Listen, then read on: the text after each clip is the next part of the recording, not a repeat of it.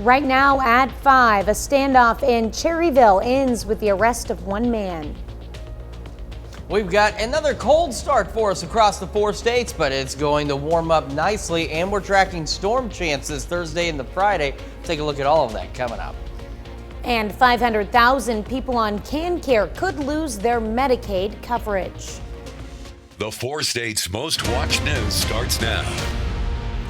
Good morning and welcome to the KOM Morning News. It's 5 a.m. I'm Tanya Bach. I'm Chris Warner. So it's another cold start for us across the area, a little bit on the chilly side, but there's some good news. We're going to warm up quite nicely today, Nice. A lot more seasonable than where we've been the last 2 or 3 days.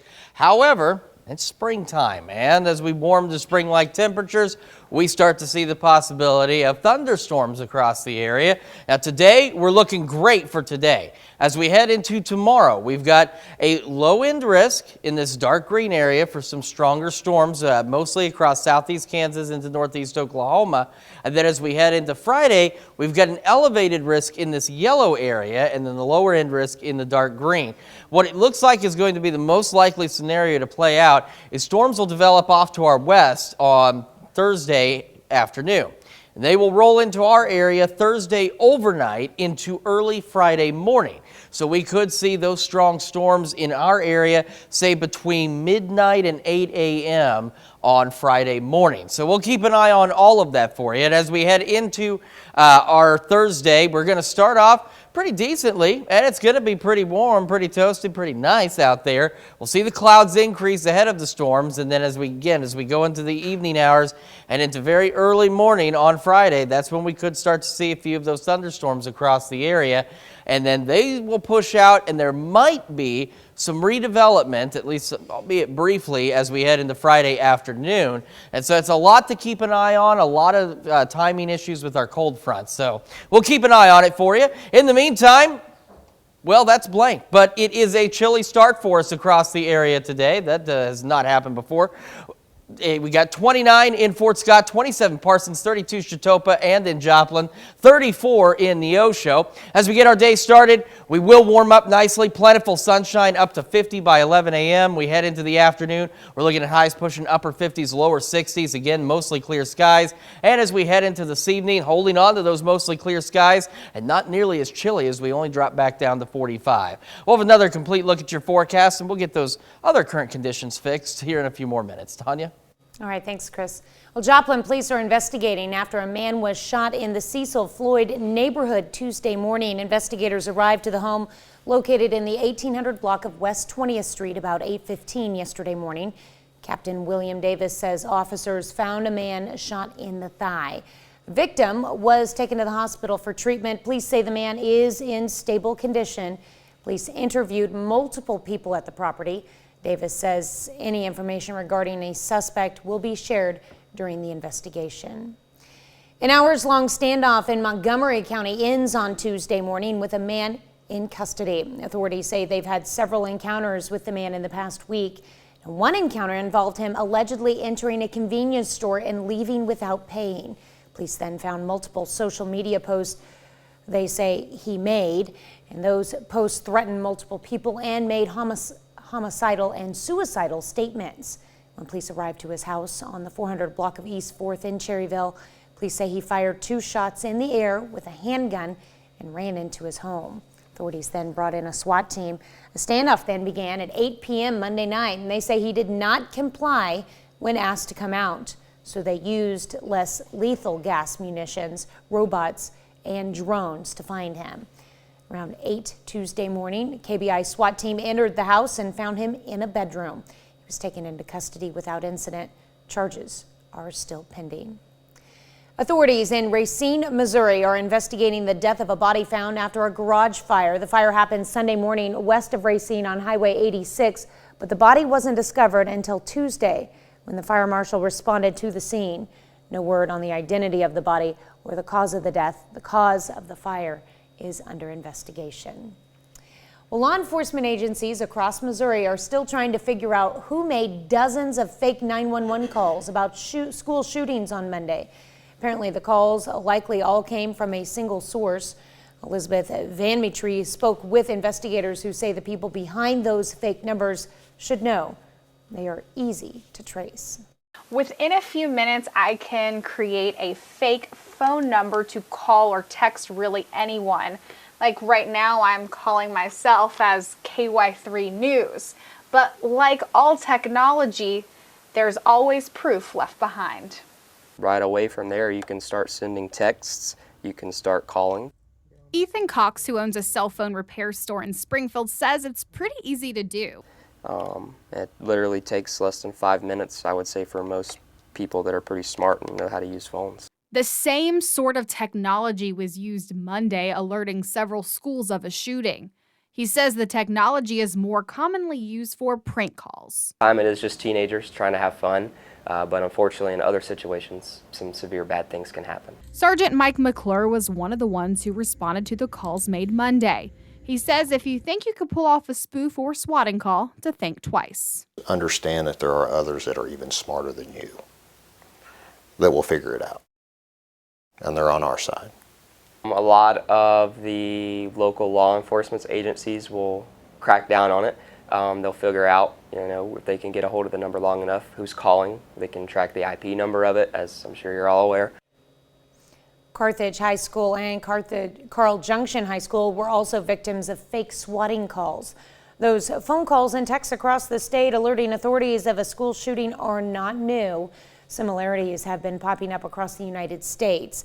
Back in November, a threat came into Hillcrest High School, which is still under investigation.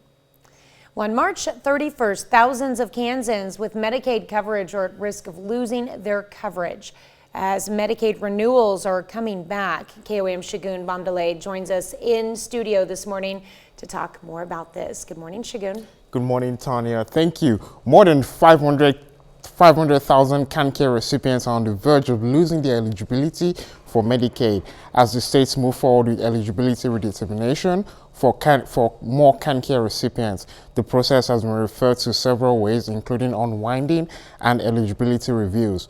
Community Health Center of Southeast Kansas is bringing awareness to its community. So what we really want everyone to know is that anyone who has Medicaid, again, CanCare, Sooner Care, Mo Health Net in our areas, is going to be receiving a letter sometime through the next year telling them any action they need to take to keep their coverage or notifying them that they are no longer eligible for coverage.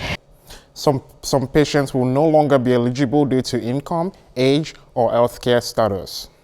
All right, thank you so much, Shagun.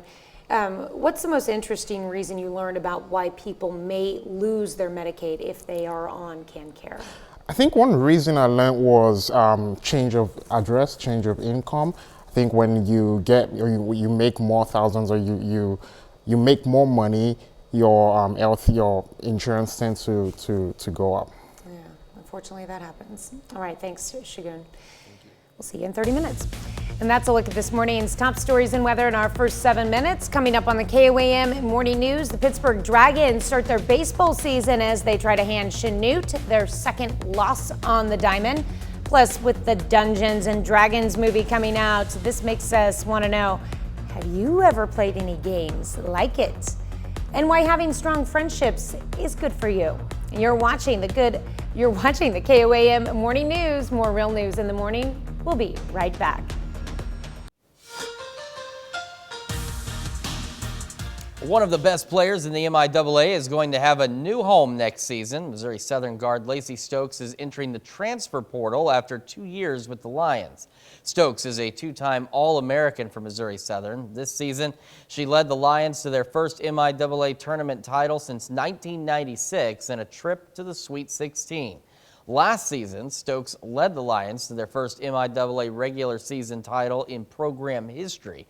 The Mount Vernon product is a two-time first-team All-MIAA selection and was the Conference Freshman of the Year last season. Well, yesterday was the opening day of the baseball season for the Pittsburgh Purple Dragons. Pittsburgh played at home yesterday afternoon to open their schedule, hosting SEK rival Chanute. The Blue Comets are 0-1 coming in. Pittsburgh swept Chanute in the regular season last spring. In the first, Webb Fern grounds to third. He's thrown out at first, but he gets the RBI ground out. Dawson Stegman scores. Chanute tries to answer in the top of the second. This is Cowan Wheeler. Gets it through second, then gets by in the outfield. Wheeler rounds second. He's into third. Blue Comets in business with just one out, but check this out. Grounder to first. Garrett Hansen comes home with it. Tucker Akins makes the tag. Pittsburgh gets out of the inning unharmed. On the mound for the Dragons, Bo Pasteur gets the strikeout here. Pittsburgh goes on to beat Chanute in their season opener 10-6. Well, Pitt State and Missouri Southern have been two of the best teams in the MIAA all season. They're both 13-3 in conference play, tied with Central Missouri for first place in the league. They were both on the field yesterday. 7th-ranked Southern on the road against Rogers State. The Lions roll big, 17-6. A lot of guys with big days. Garrett Rice and Ethan Clark each collect 4 RBIs. Henry Kuziak and Tyler Ferguson each go deep. Southern is now 24-7 overall this season. As for the Gorillas, they put their 8-game winning streak on the line against Emporia State. The Hornets, though, win a good one, 8-7. Austin Warkins, nice game for PSU. He goes 3 for 5 on the night with a double, a home run, and 4 RBIs. Pittsburgh High School recognizes its archery team for their performance in the state competition over the weekend. Junior Tucker Akins won an individual state championship in the bullseye competition with a score of 289, his best score of the season. As a team, the Dragons finished 3rd in the bullseye competition and 2nd in the 3D competition and will send 5 to the national championships in May. I wasn't able to go last year. I'd qualified for it, but I wasn't able to go due to baseball game. But this year I should be able to go, and I'm very excited. It'll be a very cool experience for me. We have a lot of freshman level archers filling in a lot of spaces from graduates from last year, and it's been we've started in November, so to finish out here at the end of March with their best scores, a lot of PRs for several kids, was awesome for them to finish out, and they can see that their hard work pays off.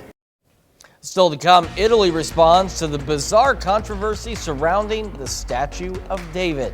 Plus, we're going to take another look at that warm-up and those rain chances when the KOM Morning News returns. Welcome back to the KOM Morning News. We got some thunderstorm chances on the way for us. Now, today we're looking great, but as we head into tomorrow night into Friday morning, that's where we got those thunderstorm chances, and we could see a couple of strong storms. This dark green area is a low-end risk as we head through Thursday evening and into Thursday night, and then that carries slightly eastward as we head into Friday morning. You can see now the dark green area here, the low-end risk here, and an elevated risk for those highlighted in yellow. There's a lot up in the air on the timing of the cold front. If it slows down a bit, then that could back that elevated risk up a little bit to the west. If it keeps on its current pace and the current thinking, we'll get a few thunderstorms, and a few of them could be on the strong side. We're looking mostly at some large hail and gusty winds if we do see any of those strong storms. And so the timing for us is looking to be between roughly 4 and 8 a.m. as we head into Friday morning. There could be a stray strong storm or two late Thursday across our western counties, but the bigger chances of thunderstorms, at least a few more of them, will come as we head into early Friday morning across the area. And then again, depending on the timing of the cold front, we could potentially see a couple of stronger storms redevelop as we head into early Friday afternoon. So we'll continue to keep an eye on that for you. Right now, though, MoDOT camera 20th and range line looks good, and as it turns out, the reason this box isn't filling out with anything, Joplin Regional Airport, where they record the current conditions, that site is down right now. So we've got 29 in Fort Scott, 33 Iola, 27 Parsons, 34 Miami, Neosho, and 32 in Carthage, and last reported temperature of 32 in Joplin. We get our morning started. It's chilly. It's cold to start, but with plentiful sunshine and calm breeze, making it to 50 by 11 this morning. Temperatures much more seasonable as we head toward the lower 60s. Again, maybe a passing cloud or two. Otherwise, an absolutely beautiful day out there. We head into this evening. We hold on to mostly clear skies and calm winds. Looks wonderful. Look at this 8 o'clock temperature, 54, 48 by 10. Overnight low of 45, so considerably better than what we've seen the last few days. Looking ahead, we got 63 tomorrow. We're going to spend the majority of the day under partly to mostly cloudy skies, and then we'll have those evening thunderstorm chances. Looking at 69 Friday, that cold front knocks us down a bit, 59 on Saturday, and then we rebound quite nicely. So we see plentiful sunshine this weekend, mid-70s by Sunday. We are darn near 80 degrees as we head into Monday and Tuesday of next week, but we also have additional thunderstorm chances, and we're watching that possibility of maybe a strong storm or two as we head into next Tuesday. Well, the role-playing game involving a 20-sided die and your imagination is now a major motion picture. Rick Damigella reports. We're thieves, but we help the wrong person steal the wrong thing and unleash the greatest evil the world has ever known. How many of your tabletop role-playing game sessions started out that way? Chris Pine and Michelle Rodriguez gather a party of adventurers to undo the evil in Dungeons & Dragons: Honor Among Thieves. The wonderful thing about Dungeons & Dragons, not having known anything about it, or role-playing games at all, is that essentially what it is, it's a game for actors.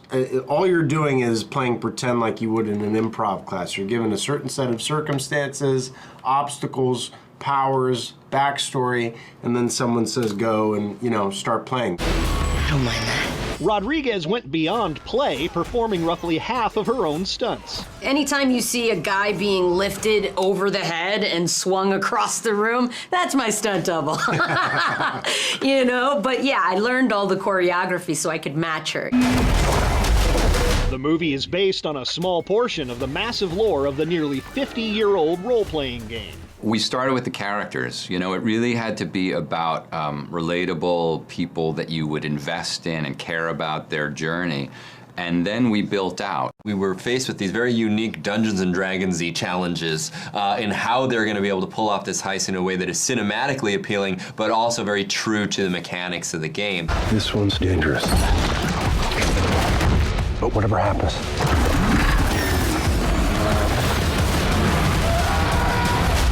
we'll be ready. Rolling for initiative in Hollywood, I'm Rick Damigella. That brings us to our question for you this morning. Have you ever played any tabletop RPGs such as Dungeons & Dragons? Yes or no? We want to hear from you. Make sure you vote through our website at KOAMNewsNow.com. You can also do so through our app and take part in the discussion on our Facebook page. We will be back with Health Watch right after this. Topping Health Watch this morning, according to a new study, steady friendships may be an asset to your physical health. The study was published Monday in the journal Society for Personality and Social Psychology. It found that good friends and good physical health may be even more closely linked than previously thought. Researchers discovered positive social experiences impact not only a person's stress level and ability to cope, but also markers of physical health. However, they also found that social relationships which bounce between good and bad can often be unhelpful. And when there is a lot of volatility, the negative experiences seem to have a bigger impact on a person than the positive. A new study finds a rise in the number of children needing help for mental health problems in hospitals in the U.S. Researchers analyzed more than 4 million pediatric hospitalizations between 2009 and 2019. They found mental health hospitalizations increased by nearly 26%. What was also striking was the increase in suicidal behavior among children. The study found self-injury and suicidal thoughts rose from 31% in 2009 to 64% in 2019. Researchers say a national shortage of mental health professionals, geographic disparities, and a lack of school resources contribute to the surge. Well, a new study predicts the world population could reach its peak population at 8.5 billion people by the year 2050. Researchers from Earth for All examined two possible scenarios. In the first, current economic trends would lead to the very poorest nation coming out of poverty. Scientists predict this could cause the population to peak at about 8.6 billion in 2050. Under the second possible scenario, the world population could peak at about 8.5 billion by 2040 before falling by the end of the century. Researchers say this would only be likely if there are big investments in healthcare and education, adding that there's a link between a fall in fertility rates among women who have better access to education and healthcare services. And that's a look at some of today's top health stories. You're watching the KOM Morning News. And we are watching a pretty chilly start for us on our Wednesday, but much warmer weather is on the way, as well as thunderstorms. Take a look at all that when we come back. Right now at 5:30, the city of Joplin receives a $3.5 million grant to address housing needs in the city. We've got another cold start for us across the 4 states, but good news, warm weather is on the way, and there's rain chances too. We'll talk about all that coming up. And more than 400 teachers and school administrators from area schools gather in Webb City to celebrate school. The 4 states' most watched news starts now. Good morning and welcome to the KOM Morning News. It's now 5:30. I'm Tanya Bach. I'm Chris Warner. So it's another cold start across the area for us, but today is going to be so much better, and it is the start of some much better days, at least temperature-wise for us. However, we're in spring, and we're going to get those spring showers. And as you can see, we are tracking thunderstorm chances as we head into tomorrow night and Friday. So today, looking to be perfect. We've got a low-end risk of strong to some severe storms in the dark green area. This is as really as we head into late Thursday and into Friday morning. And then this transitions into Friday morning and into Friday afternoon, where we still have that low-end risk for southeast Kansas, northeast Oklahoma, and an elevated risk for parts of southwest Missouri and northwest Arkansas. So right now, any storms we see that could be on the strong to severe side, we're looking at damaging winds and large hail as the primary threats. As for the timing of these storms, it's one of those situations that's going to be fairly late Thursday when we see these. Now, some storms out west could clip our western counties late Thursday evening, but for the most part, our biggest focus of storms will be between roughly 4 and 8 a.m. across the area, where we could see some of those scattered thunderstorms out there. Some of those could be on the strong side as they roll through the area. Now, if the cold front picks up speed like they're expecting it to, or holds its speed, our greater severe threat's going to be well to our east. If it slows down a bit, we could see a couple of additional strong storms develop by early Friday afternoon, but those will quickly race off to the east. MoDOT camera, 20th and range light, looks pretty good so far. So as mentioned, the Joplin reporting station for current conditions is down. I'm leaving that up there because when it comes back up, I'm sure we'd like to know those current conditions. The last reported temperature in Joplin was 32. We've got 29 Fort Scott, 27 Parsons, 30 Chetopa, 32 Miami, and 33 Neosho and Carthage. As we get our morning started, a lot better. We start off cold again. We'll be mostly clear, plentiful sunshine, light southerly breeze gets us up to 50 by 11. We're looking at highs pushing into the lower 60s today across the area. A beautiful textbook spring day. Maybe a passing cloud or two, but otherwise really nice out there. This evening, we don't cool off super fast. 54 by 8. We drop back down to an overnight low of 45 with mostly clear skies. And again, we'll continue to track those thunderstorm chances Thursday night into Friday, and we'll keep you updated right here. So that's a check your forecast. Tanya? All right, thanks, Chris. The city of Joplin receives a $3.5 million grant from the state of Missouri for community rejuvenation efforts. KOM's Yana Tola talked with the city officials and a local realtor about the current housing situation in town. The City of Joplin is putting effort in community rejuvenation. The city will provide a match for $3.5 million awarded by the Missouri Department of Economic Development and funded through American Rescue Plan Act, totaling to $7 million of funding. It's going to do a lot to make housing more attainable. It's going to also help improve our existing housing stock. So Joplin will see a lot of real and significant improvement as a result of these one-time funds being delivered to the city of Joplin. The city sees 3 scenarios: tornado recovery, job commuters, and elderly population creating demand in housing. I think we have to a tune of almost 1,000 units going up in Joplin area right now.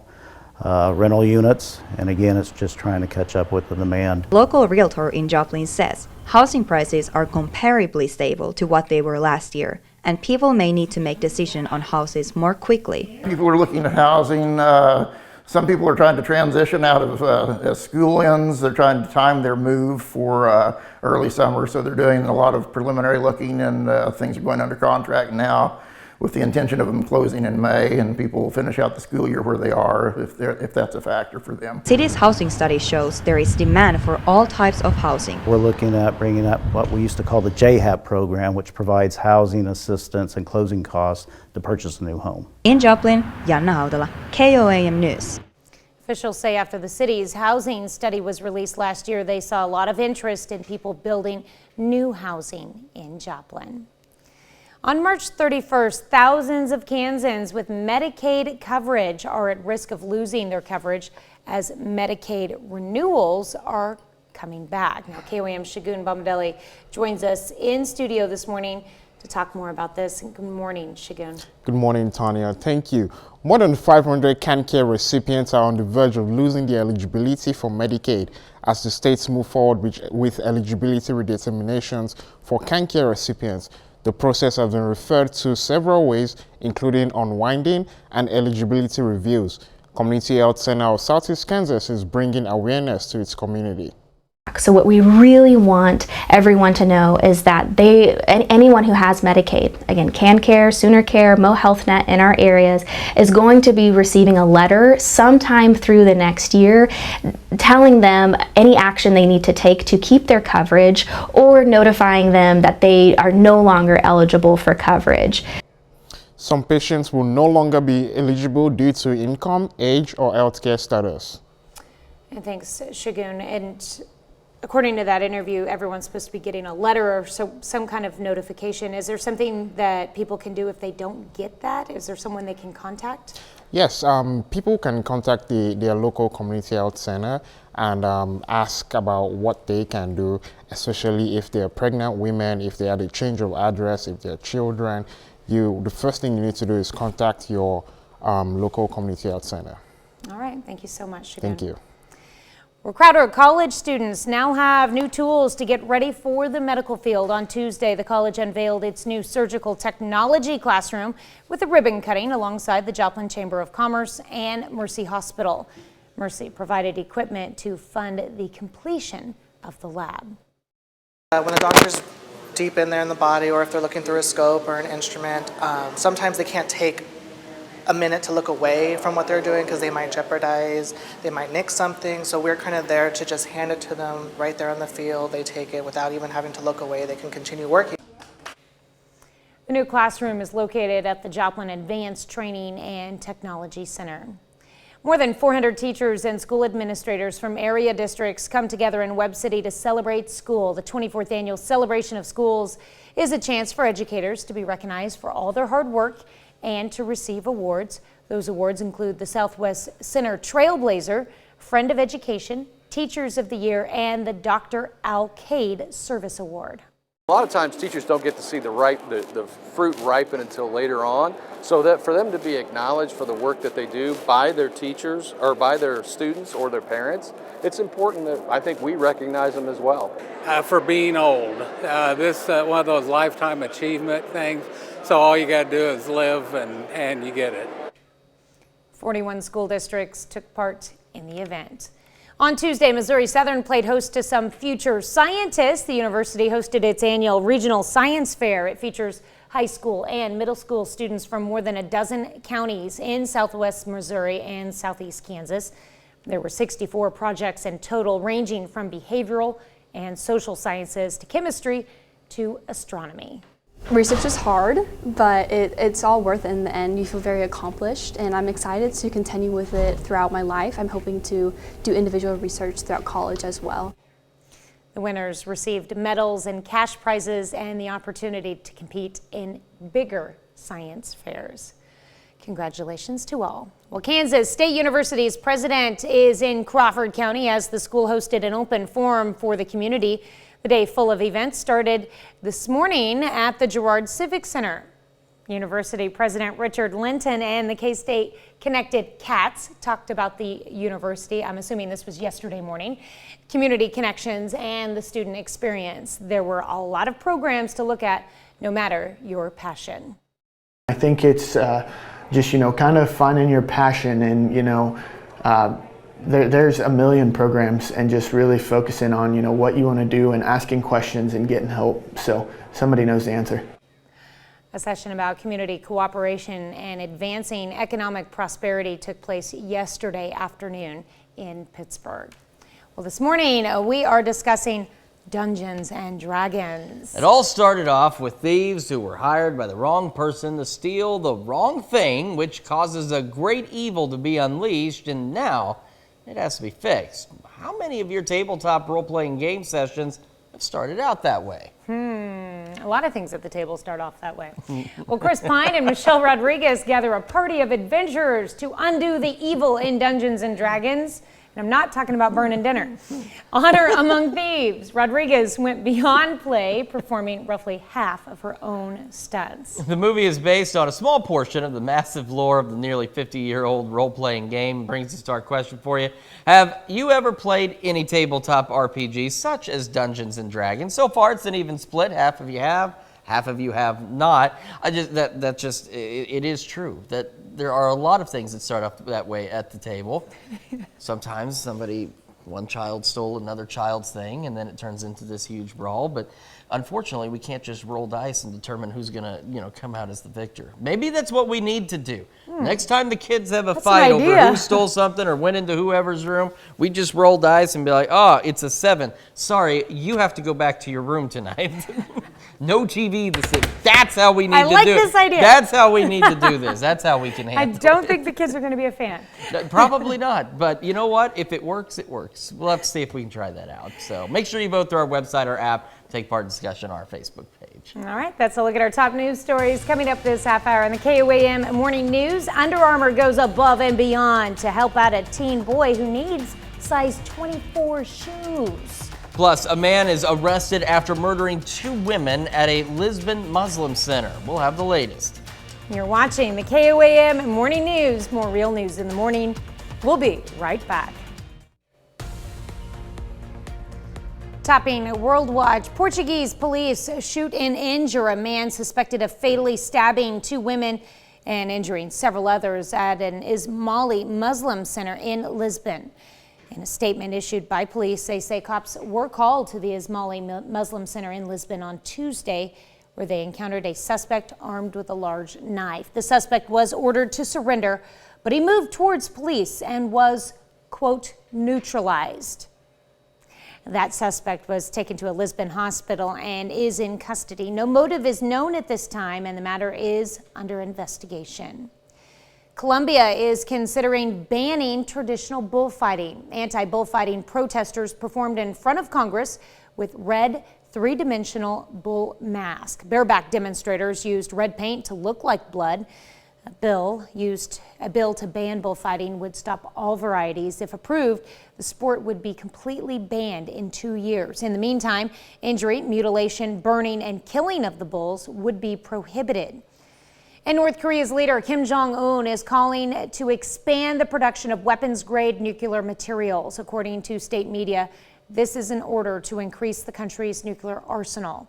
According to state media KCNA, Kim oversaw the mounting of nuclear warheads onto ballistic missiles on Monday.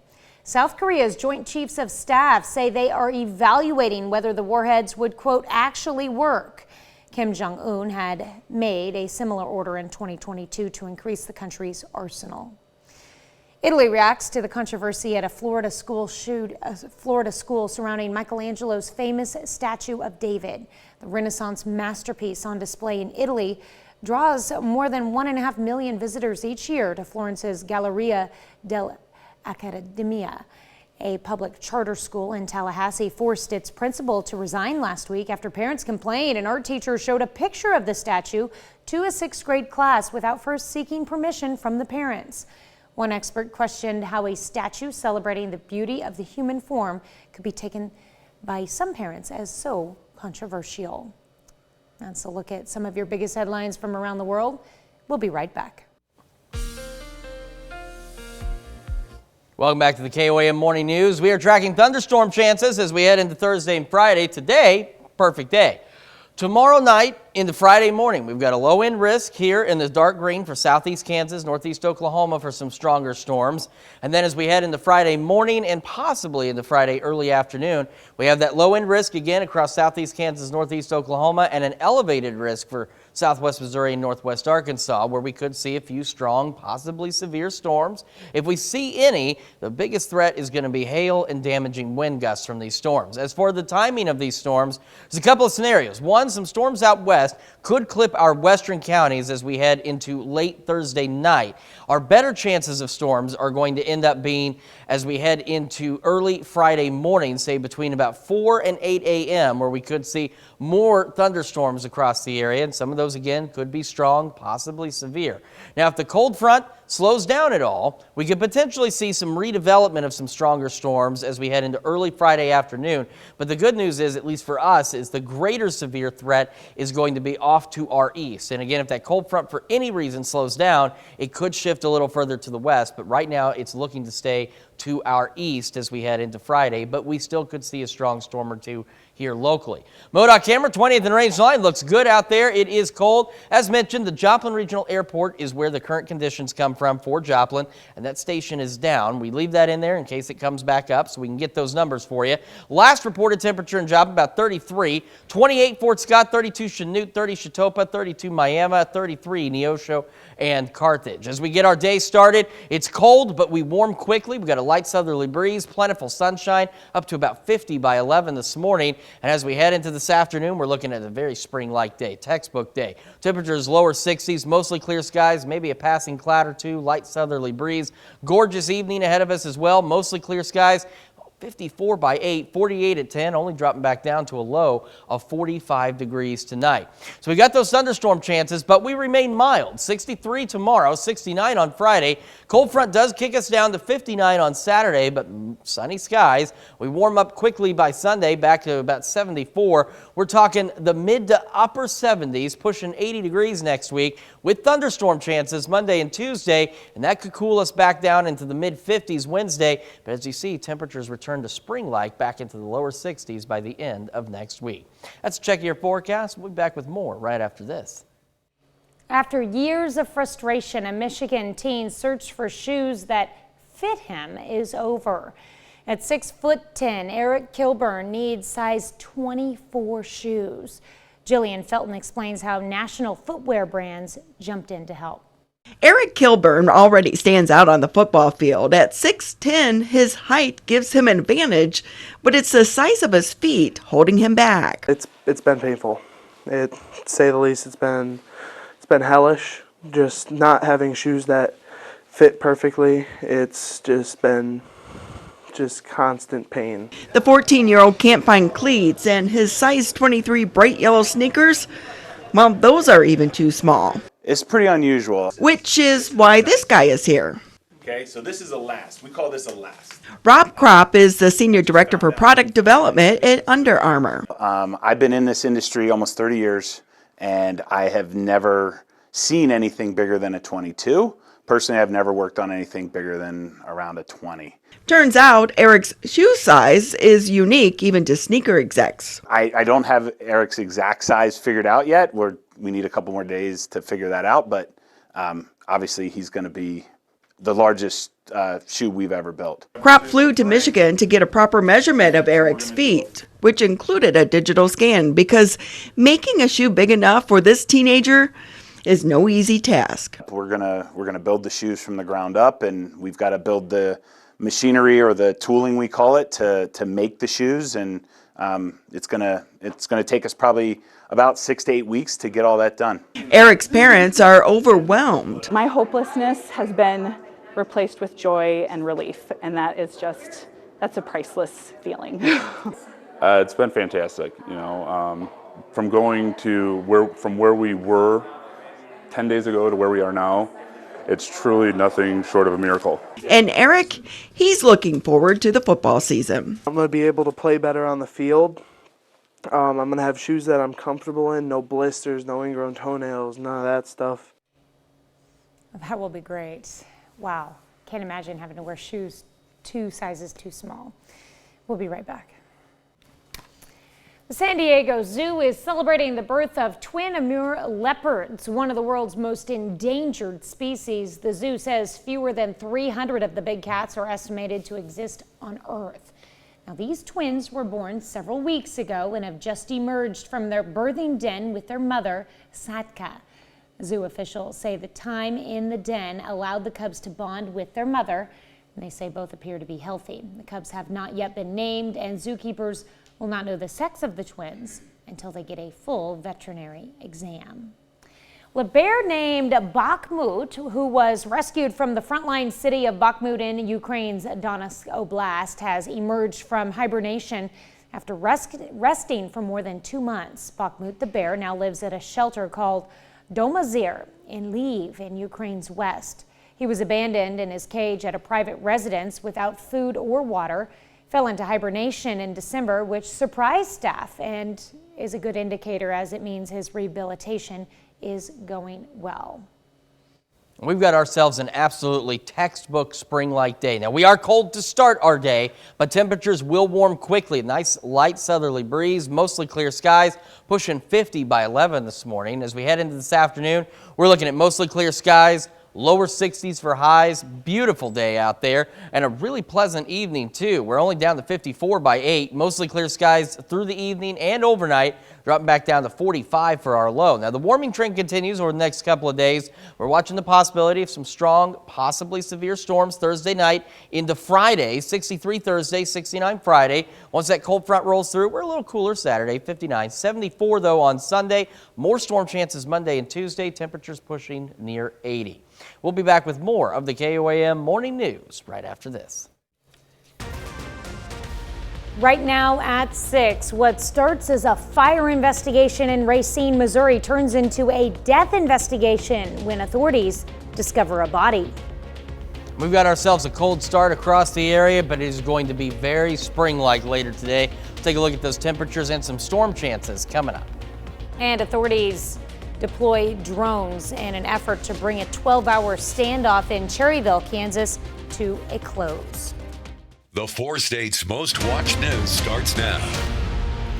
Good morning and welcome to the KOM Morning News. I'm Tanya Bach. I'm Chris Warner, coming up on 6:01 on this Wednesday morning, halfway through the week.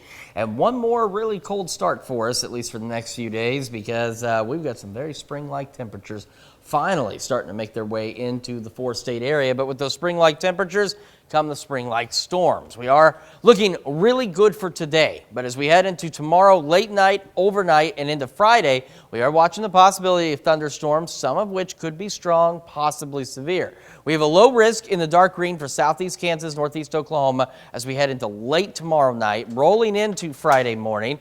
And then as we get into Friday, we hold on to that low end risk in southeast Kansas, northeast Oklahoma, but we have an elevated risk for southwest Missouri and northwest Arkansas. So if we see any strong to severe storms, the biggest threat's going to be hail and gusty winds, but we are watching for these thunderstorms as we head into late Thursday and into our Friday. So what's the timing on these storms look like? Well, it looks about like this. As we go into Thursday, we'll start to see clouds increase. Southerly breeze keeps temperatures quite nice across the area. And then late Thursday evening, a strong storm or two is possible in our western counties. But our better chances of any storms at all is going to come into Friday morning, roughly between 4 and 8, maybe as late as 9 a.m.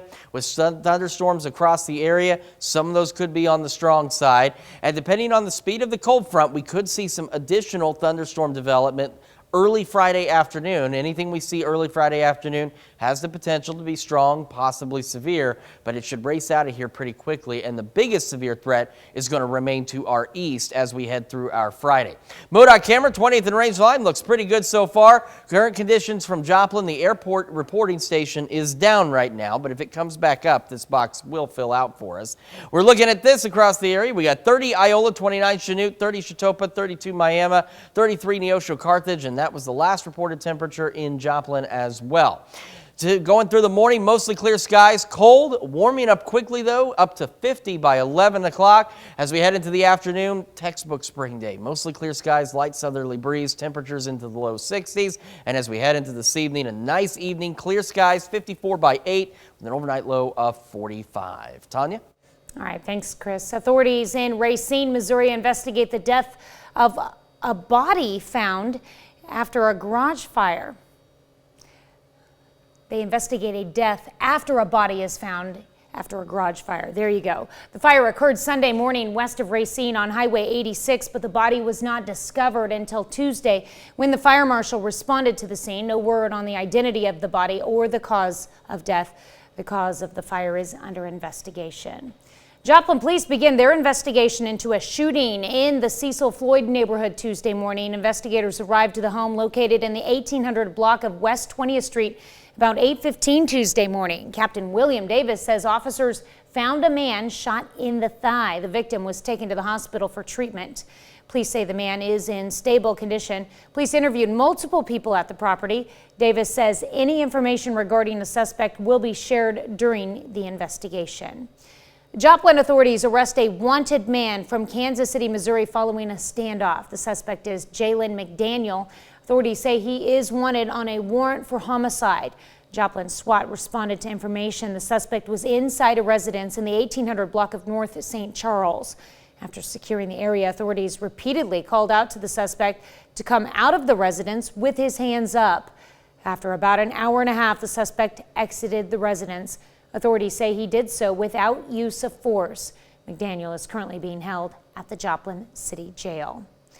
And in hours, a long standoff in Montgomery County ends on Tuesday morning with a man in custody. Authorities say they've had several encounters with this man in the past week.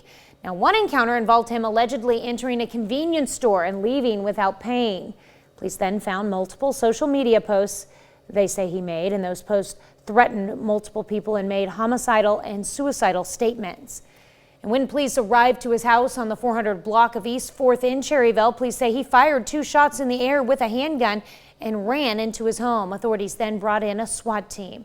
Standoff then began at 8 p.m. Monday night. They say he did not comply when asked to come out, so they used less lethal gas, munitions, robots, and drones to find him. Around 8 Tuesday morning, a KBI SWAT team entered the house and found him in a bedroom. He was taken into custody without incident. Charges are still pending. Well, today we're learning more about the 6 victims in Monday's tragic Christian school shooting in Nashville and about those key minutes during which law enforcement entered the school and killed the shooter, who was a former student. A warning, some of the video is disturbing and difficult to watch. Christian Benavides has more. Dramatic police body cam video shows the moments before officers took down the Covenant school shooter, just 14 minutes after the first 911 call.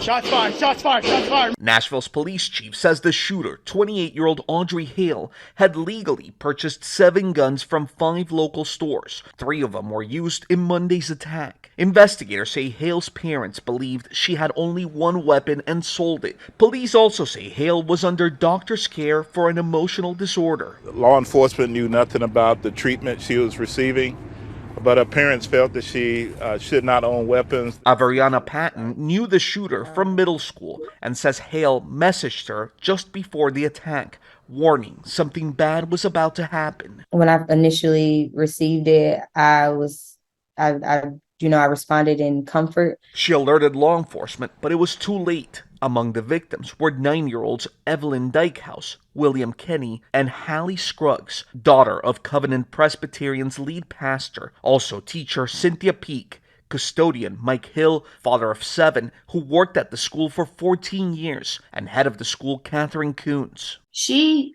was an absolute champion for her students. Police say there's no evidence the victims were specifically targeted. A memorial outside the Covenant School continues to grow as this community and the nation comes to grips with another senseless tragedy. Those children should all be with us still.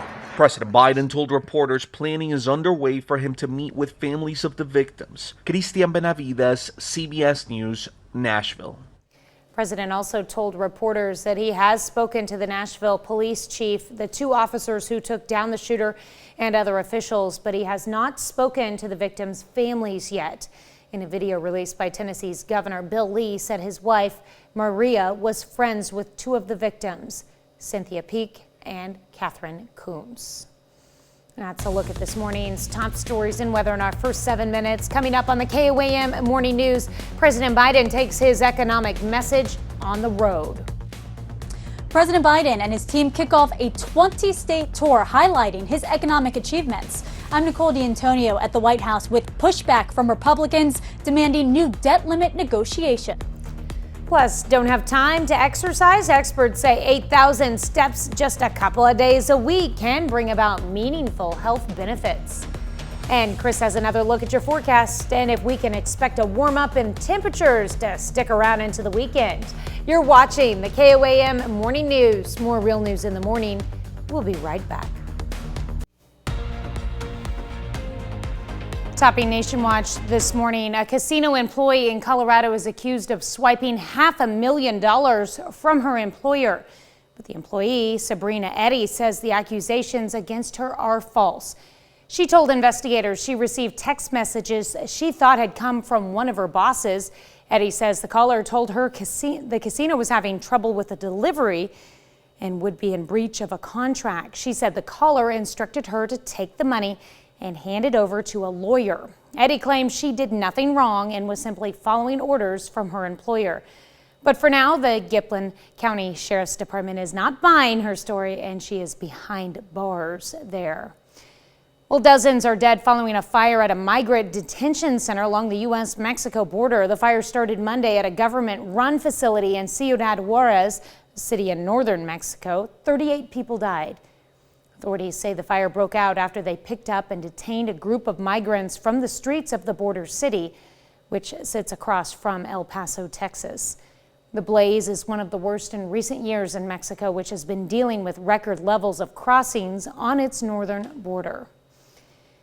10 barges broke free from a tug on the Ohio River downriver of Louisville early on Tuesday. Kentucky authorities say one of them, which was transporting 1,400 tons of methanol, was partially submerged at a dam. It's not clear if the toxic substance is leaking.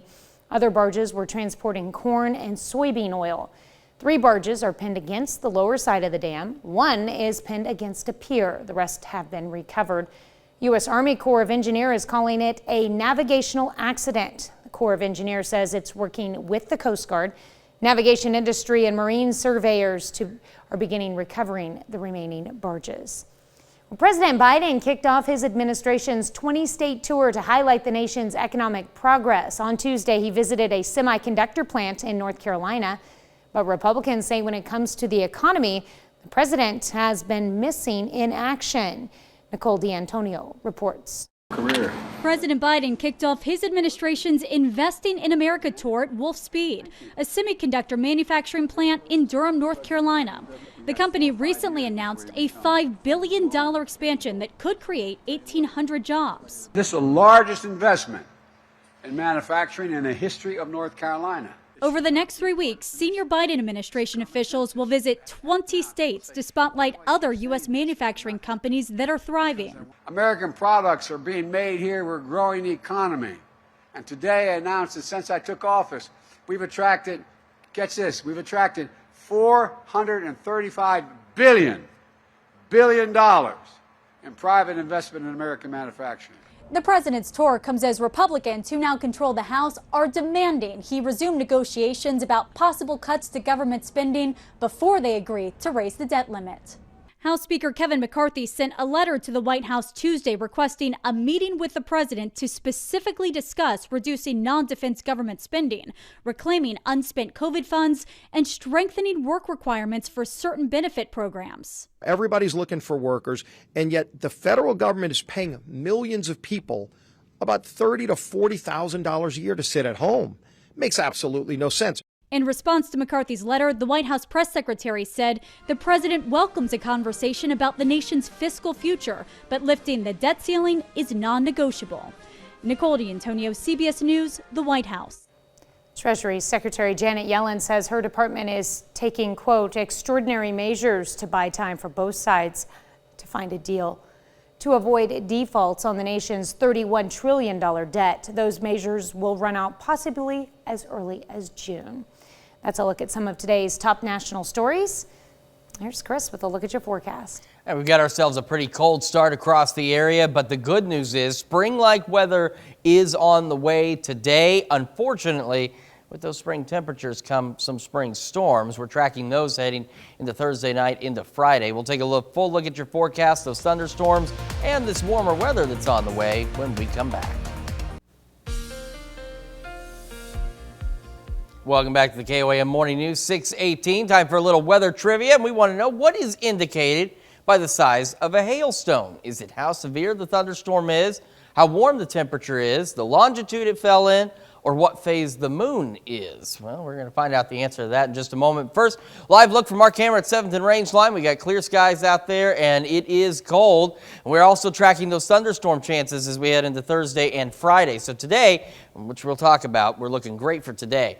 Tomorrow, late night, overnight, we've got a low-end risk of some stronger storms across southeast Kansas, northeast Oklahoma, and that risk starts to shift to the east as we head into Friday morning and Friday afternoon. Low-end risk still southeast Kansas, northeast Oklahoma, but we do have an elevated risk for some strong to possibly severe storms Friday across southwest Missouri, northwest Arkansas. Now, if we do see any stronger storms, the main threat with these is going to be large hail and some damaging winds across the area. In terms of the timing, there's a couple of scenarios that are going to play out. As we head into late Thursday night, some stronger storms are going to be possible entering into our western counties late Thursday night.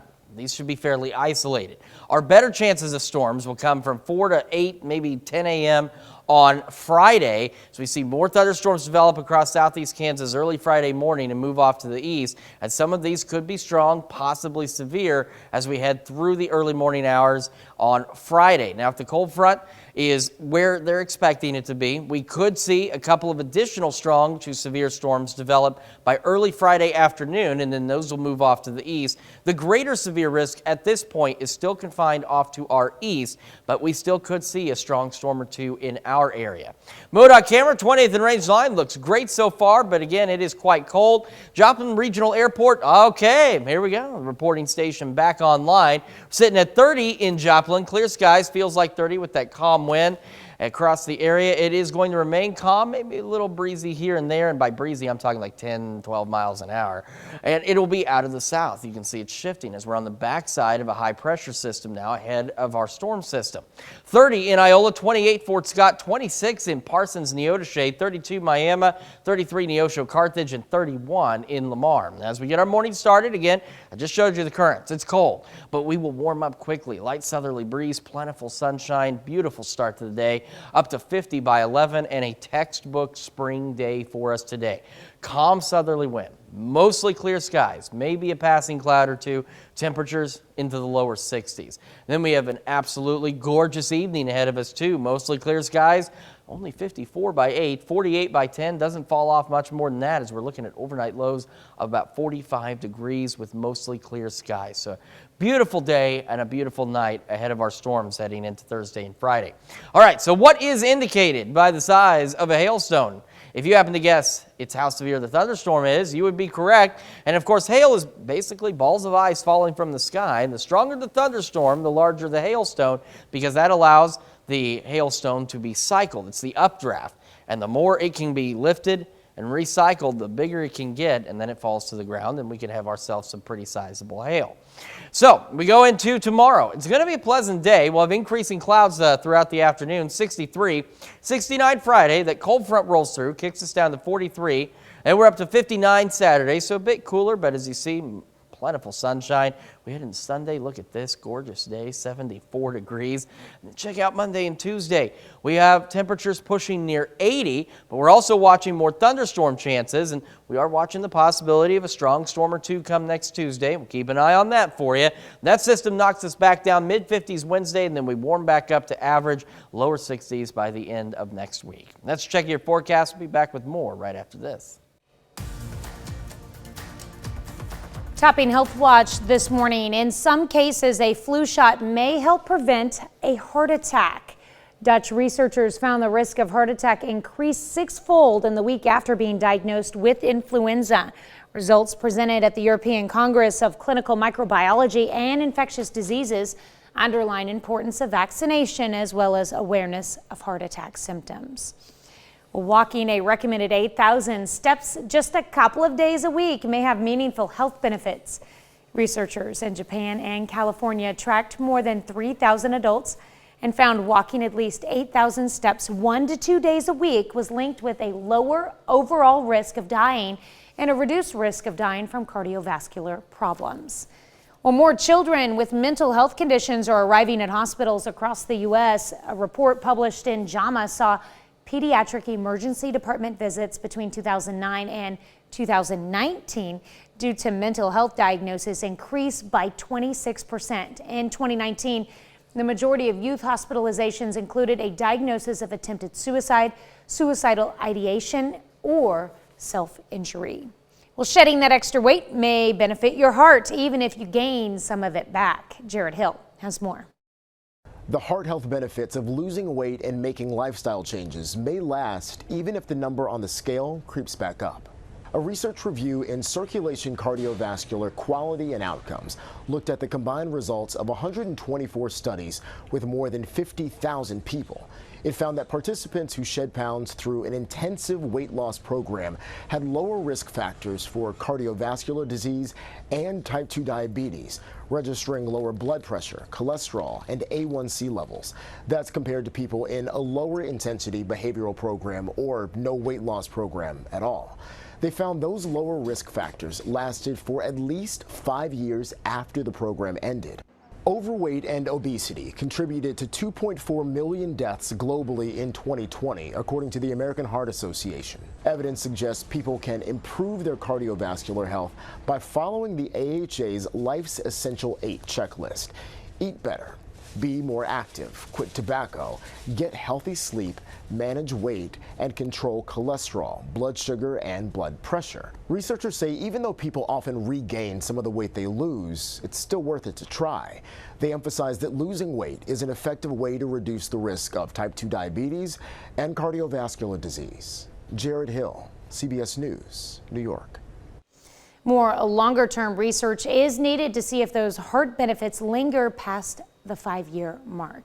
That's a look at some of today's top health stories. You're watching the KOM Morning News. As we get our day started today, it's a cold one kicking it off, but we will warm nicely. Mostly sunny skies, up to 50 by 11 this morning. As we head into our afternoon, textbook spring day. We got mostly clear skies, maybe a passing cloud or two, lower 60s for highs. And as we head into this evening, looking great as well. Check it out. By 8 o'clock, still about 54 degrees. Mostly clear skies, calm southerly wind. We only drop back down to 45 for our overnight low. We'll have more on your forecast here in just a few minutes, but first, here's a live look in Carl Junction, Missouri.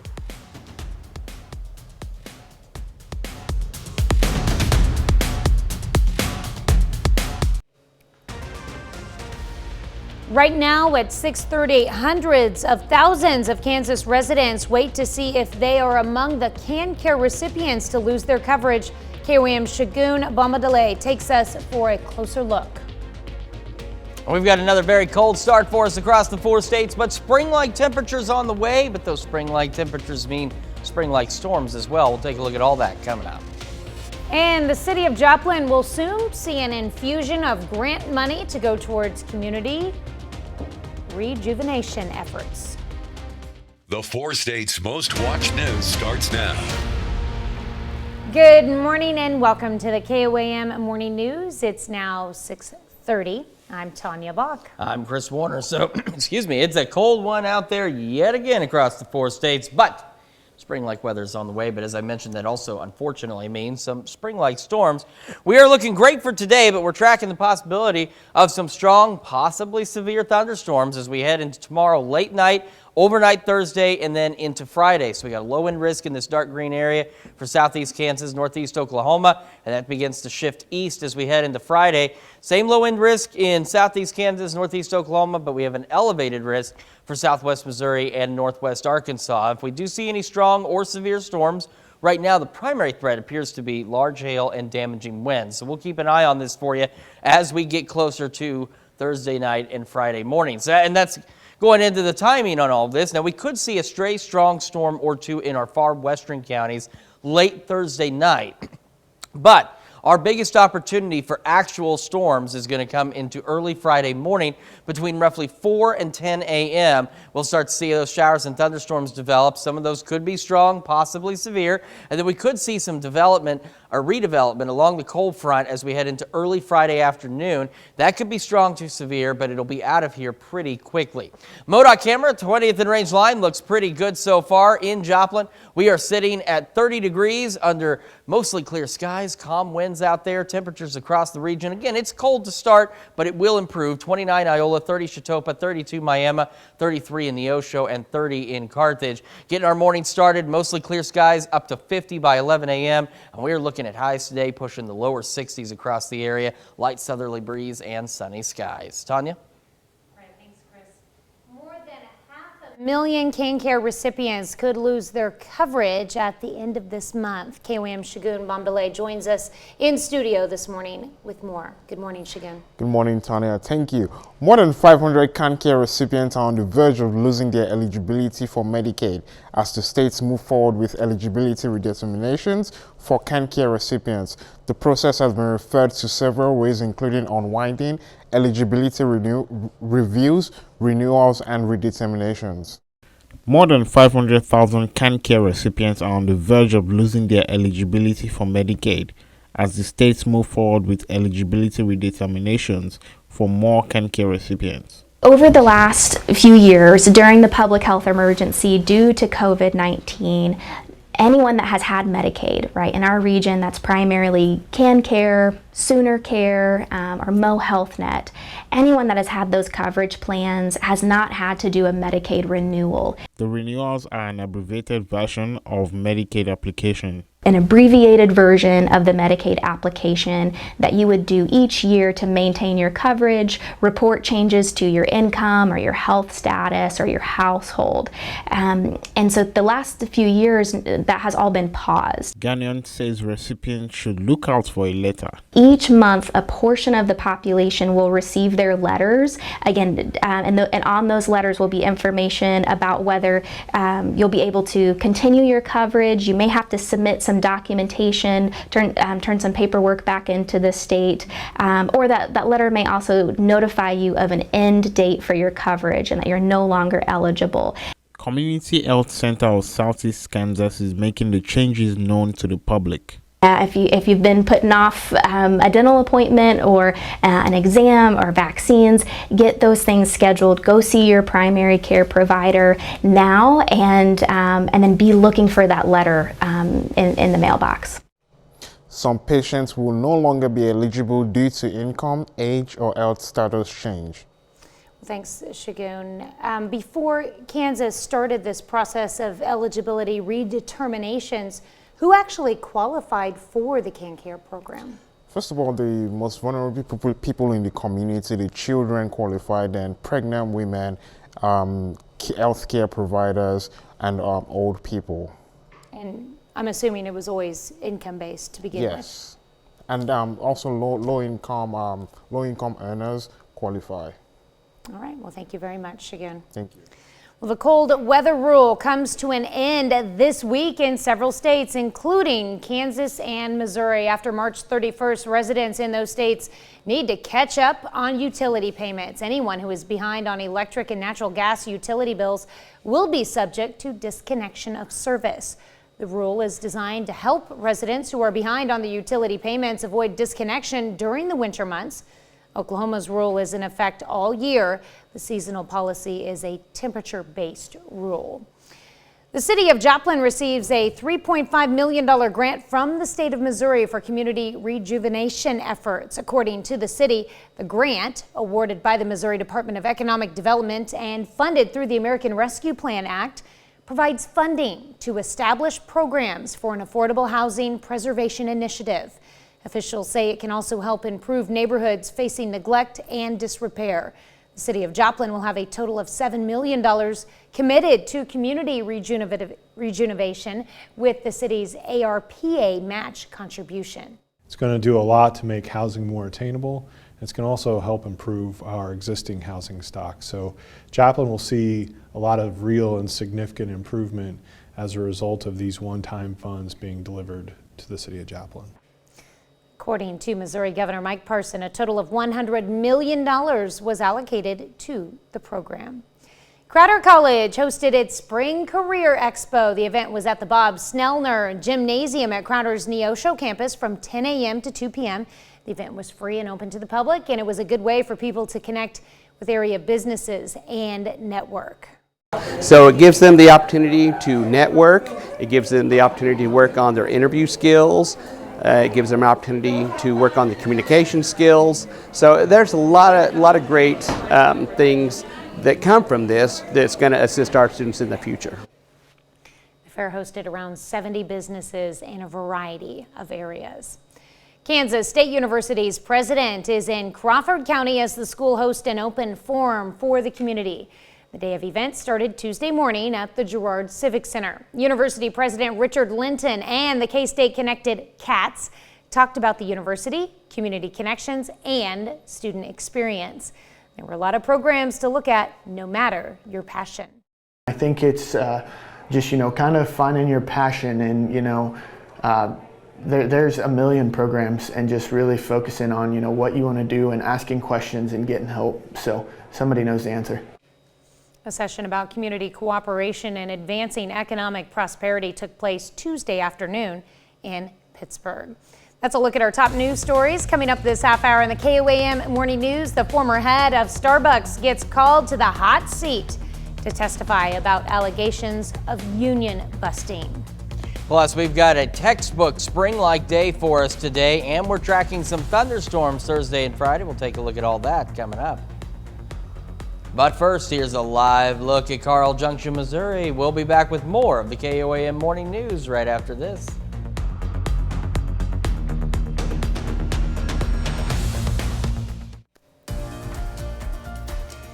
In Consumer Watch this morning, today, former Starbucks CEO Howard Schultz takes the hot seat in front of a Senate committee led by Vermont Senator Bernie Sanders. The hearing will focus on allegations of union busting at the coffee chain. Nearly 300 Starbucks stores have voted to unionize since late 2021.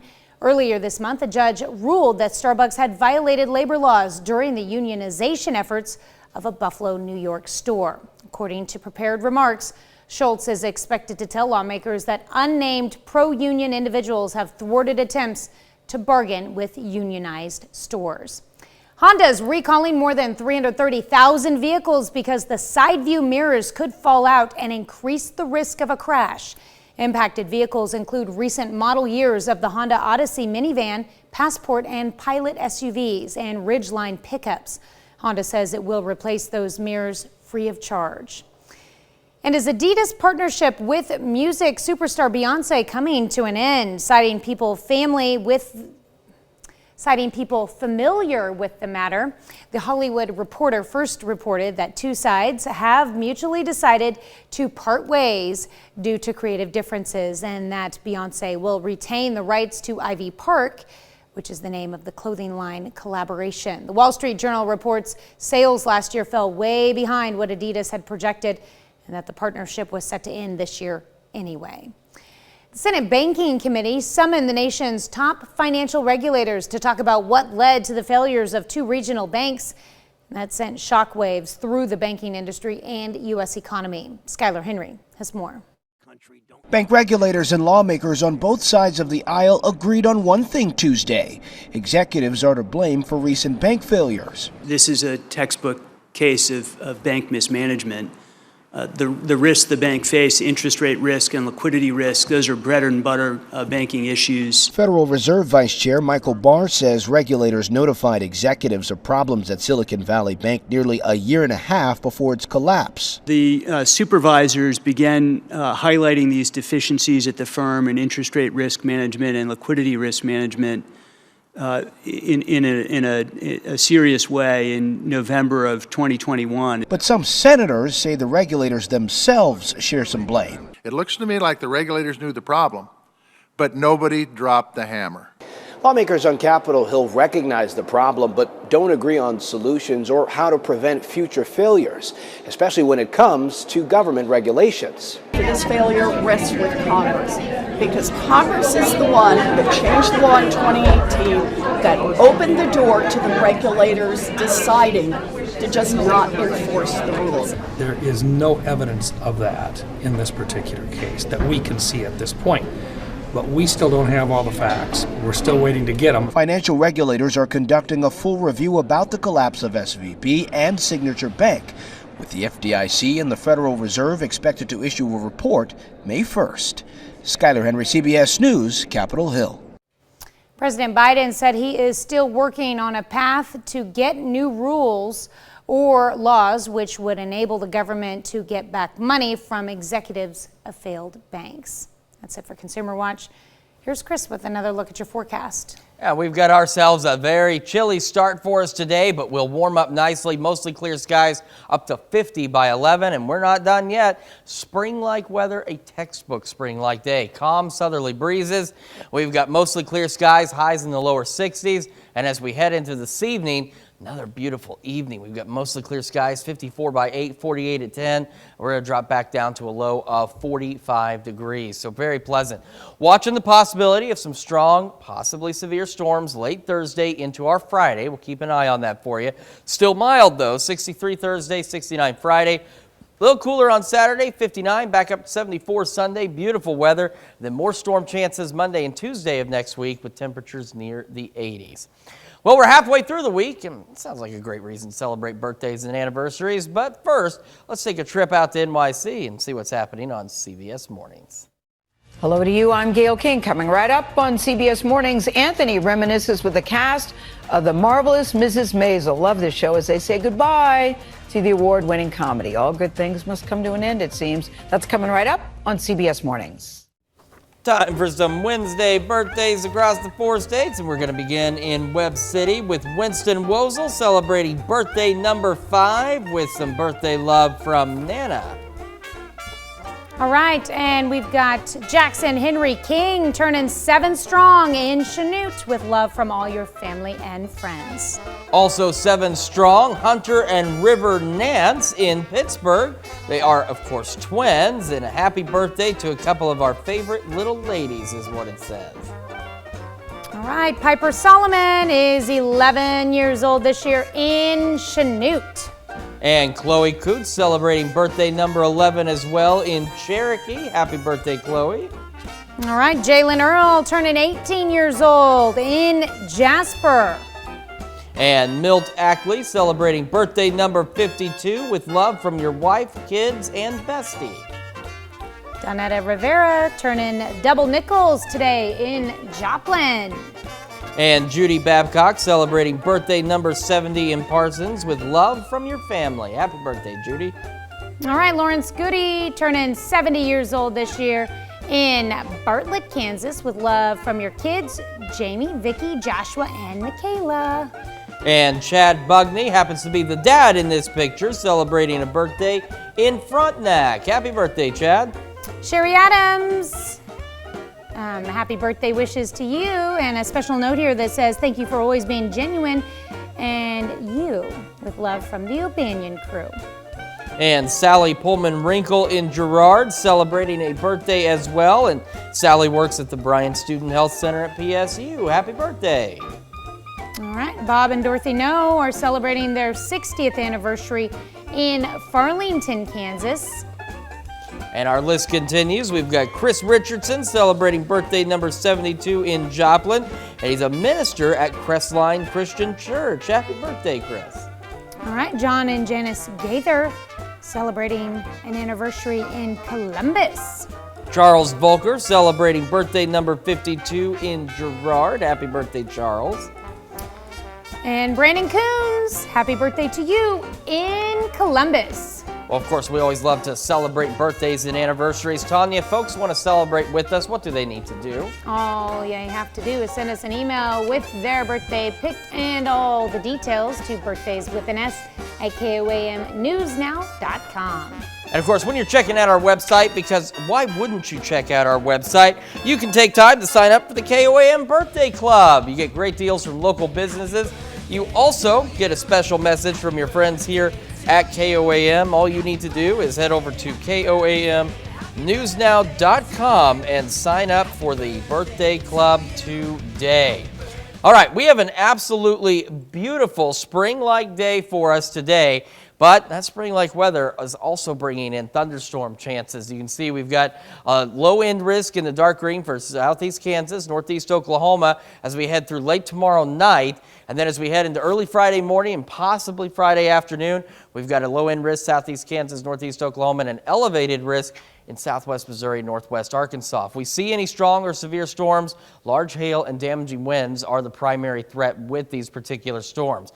In terms of the timing on these storms, we are looking at roughly between 4 and 10 a.m. on Friday morning, but we could see a stray stronger storm or two in our far western counties late Thursday night. These will roll through, and then we could possibly see some redevelopment along the front as we head into Friday after early afternoon, and those could be strong to severe as well, so keep it here and we'll keep you updated on these storms as they roll through. We'll be right back with more, but first here's a look at Carl Junction, Missouri.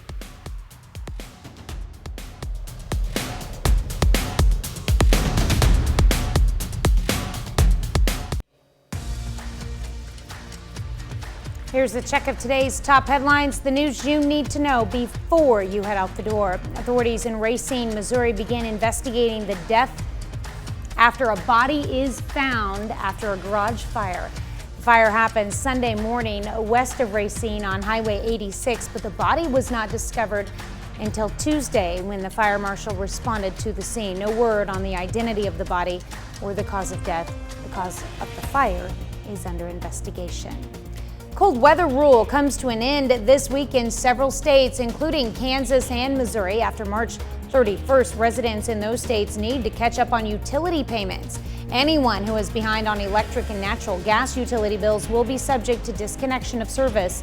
The rule is designed to help residents who are behind on their utility payments avoid disconnection during the winter months. Oklahoma's rule is in effect all year. The seasonal policy is a temperature-based rule.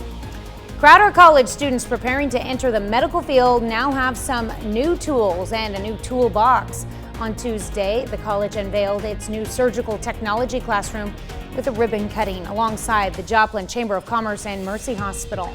Mercy provided equipment to fund the completion of the lab. On Tuesday, Missouri Southern hosted some future scientists. The university hosted its annual Regional Science Fair. Features high school and middle school students from more than a dozen counties in southwest Missouri and southeast Kansas. There were 64 projects in total, ranging from behavioral and social sciences to chemistry to astronomy. That's a check of today's top headlines, the news you need to know before you head out the door. And as you head out the door, it's cold to start, but a textbook spring-like day. Southerly breeze brings in temperatures in the lower 60s, mostly clear skies, maybe a passing cloud or two. Same as we head into this evening, a nice evening down to 54 by 8, mostly clear skies, dropping back down to 45. We're watching the possibility of some thunderstorms. Some of those could be strong, possibly severe Thursday into Friday. Still mild though, 63, 69. A little cooler Saturday, 59, 74, and beautiful on Sunday. Near 80 Monday and Tuesday with more thunderstorm chances in the forecast. Well, coming up today at noon, we're making herb-crusted lamb with mint sauce in the Mr. Food Test Kitchen. All right, your morning news continues on KOM with CBS Mornings. The cast of The Marvelous Mrs. Maisel take a look back as they say goodbye to the award-winning comedy. That's coming up on CBS Mornings. Or you can switch on over with us on Fox 14, where your only local morning news continues. And this morning, we've got Holly Miner from the K-State Extension Service stopping by the studio to tell us all about Walk Kansas and how you can take part. Plus, Andrew Stauffer from Jehovah's Witnesses stops by to tell us all about how you can face the future with confidence. That's going to wrap it up for us for now. We'll see you back here tomorrow morning at 5 a.m. And we'll do it again today at noon.